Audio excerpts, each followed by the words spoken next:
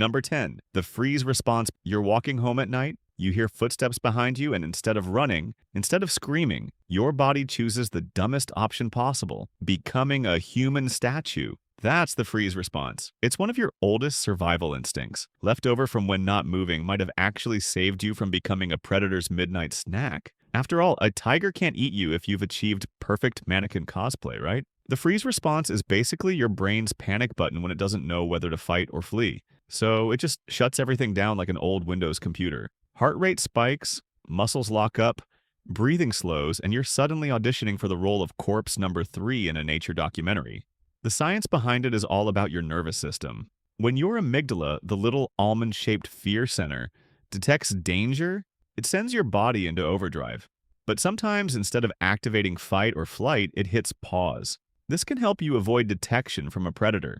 Unfortunately, in the modern world, freezing doesn't exactly work when you're dealing with, say, a mugger, an oncoming car, or a very angry goose. So yeah, thanks, evolution. Instead of helping, your brain sometimes turns you into the world's worst action hero, standing completely still, hoping danger just forgets you exist. Number 9, playing dead. If freezing wasn't embarrassing enough, your brain has another survival trick, pretending you've already lost, playing dead. Yes, your body can literally shut itself off in response to terror, like a fainting goat with student loans. This instinct is called tonic immobility. In extreme stress, your brain basically slams the kill switch. Heart rate drops, muscles go limp, and you collapse like someone unplugged you from the wall. This response is ancient. Many animals use it to trick predators into thinking they're not worth eating. A lion doesn't want to eat something that looks spoiled. Humans, though? It gets awkward. People have reported collapsing in situations where you'd really prefer to stay conscious, like during an assault or accident. The scariest part? Your brain doesn't ask for permission. It just decides you're better off as roadkill cosplay. Psychologists think tonic immobility was useful when predators preferred live prey, but in modern life, this playing dead feature is less survival, more humiliation.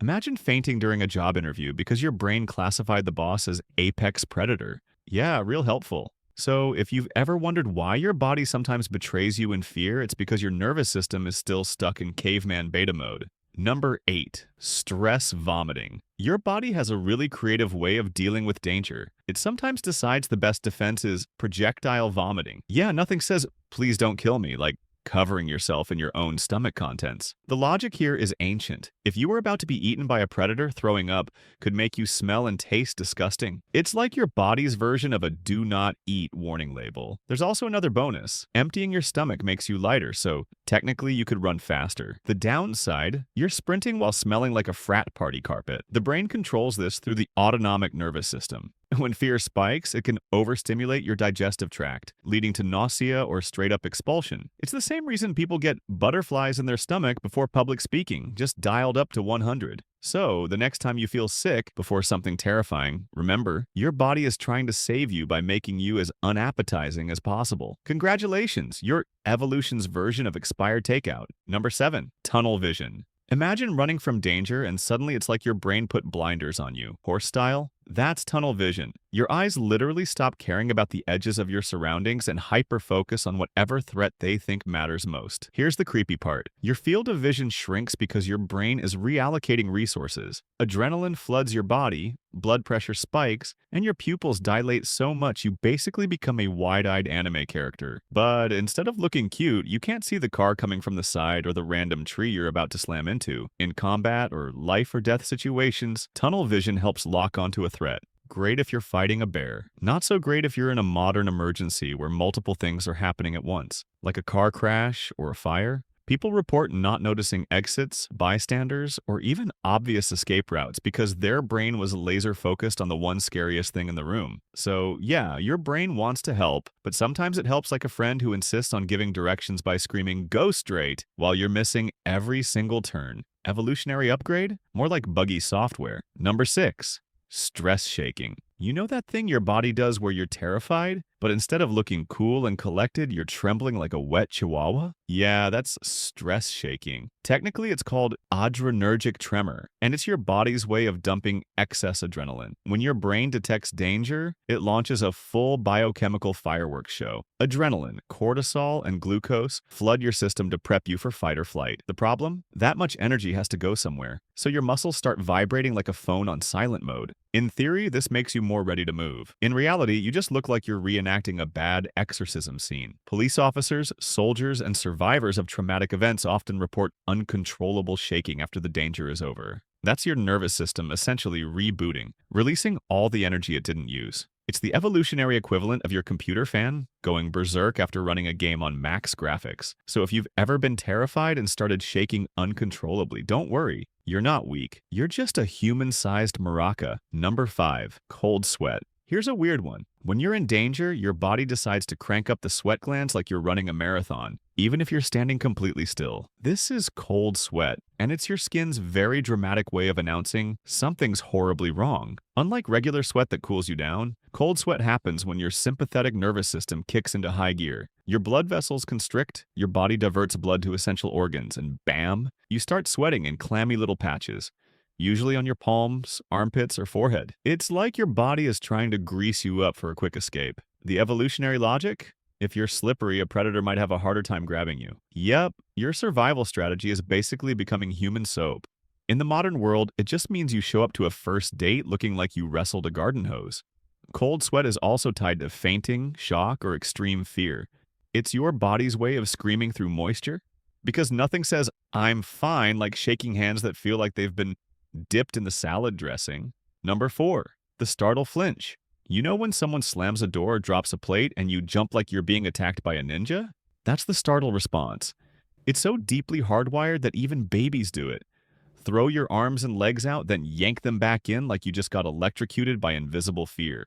This reflex lives in your brainstem, the lizard brain part of you that doesn't wait for logic. It's instant. Loud sound, sudden movement. Boom! You flinch before you even process what happened. It's your nervous system's idea of a firewall. Better to overreact to harmless noises than underreact to an actual predator. In prehistoric times, this made sense. If you heard a twig snap behind you, jerking away might mean the difference between still alive and new chew toy for saber-toothed cat. In the modern world, though, it means spilling coffee all over yourself because your roommate sneezed. Or worse, accidentally punching someone who tried to tap you on the shoulder. The weirdest part? Scientists have found that trauma can crank this instinct way up. People with PTSD often have extreme startle reflexes. They're basically living with their survival volume knob turned to max. Evolution was trying to make you a hyper. Number 3. Goosebumps. Okay, imagine this. You're scared, your heart is pounding, and suddenly your body decides the best survival tactic is cosplay as a plucked chicken. Yep, goosebumps. Those little hairs standing on end are actually a leftover defense system from when our ancestors were furrier. The science is called piloerection. Tiny muscles at the base of your hair follicles contract, making the hairs stand up. In animals, this makes them look bigger and scarier, like a cat puffing up its tail. In humans? Congratulations, you look like you lost a fight with static electricity. Goosebumps also had a warmth function. By raising body hair, animals trap a layer of air to stay insulated. But since most of us don't walk around covered in thick fur anymore, all we get is a useless, patchy rash that screams, "I'm cold and terrified." Even creepier? You can get goosebumps from strong emotions too. Music, nostalgia, awe. Which means your brain sometimes confuses "this song is beautiful" with "we're about to get eaten." Same reflex, totally different vibe. Evolution didn't update the software, it just left you with permanent horror movie skin. Number 2, screaming without thinking. You stub your toe, you see a spider or a car, nearly clips you in traffic, and suddenly your body decides to belt out a scream before your brain has even caught up. That's not just drama. That's a built-in alarm system. Screaming is primal. It triggers your diaphragm, larynx, and vocal cords in a fraction of a second, blasting out a sound designed to grab attention. Back in the day, a scream alerted your tribe that danger was near. Think of it as the original group text message, but way more annoying.